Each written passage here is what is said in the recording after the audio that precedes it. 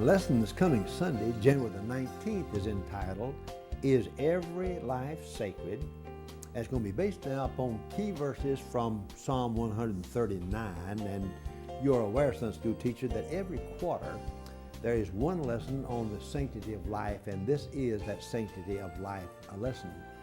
Now, the sanctity of life, though, is not only about abortion. There are some who think that that's the only issue, but really it is not. The sanctity of life means older people and would involve what's called euthanasia. There are some people who believe that, in other words, when the body outgrows itself, well, then merciful killing can be done. And some doctor years ago became famous because he would, in other words, help people die when they wanted to die. And it's not just about that, but also it would have implications for murder.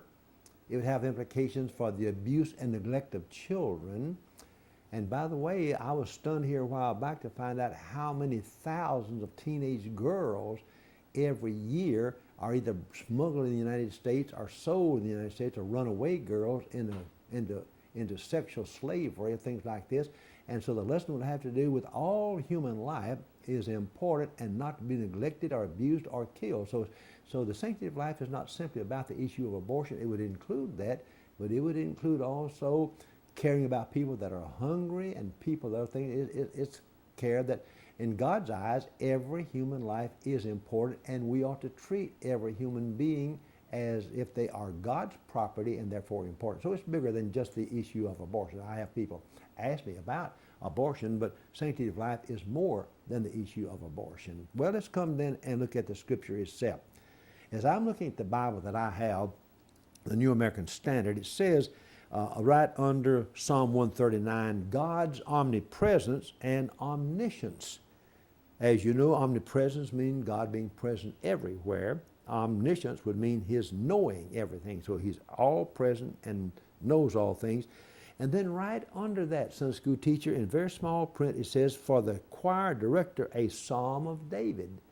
So it's believed that this is either written by David or it's a psalm dedicated to David. So the word of David can mean composed by him, dedicated to him, or concerns him, but believed to be one of David's psalms. And in it, the psalmist, if it's David, shows, in other words, the incomparable greatness now of God. But along with it, it teaches that God, David seems to say, he knows when my very embryo is developing. He knows my bones. He knows me inside my mother's womb. And so it pictures God's knowledge of us from the time that we're conceived until the time that we die. Now, the issue of abortion, like I say, is only one issue, but it is an important issue, Sunday school teacher, that has implications. Because there's been a great debate among Jewish scholars as well as Christian scholars as when does life begin?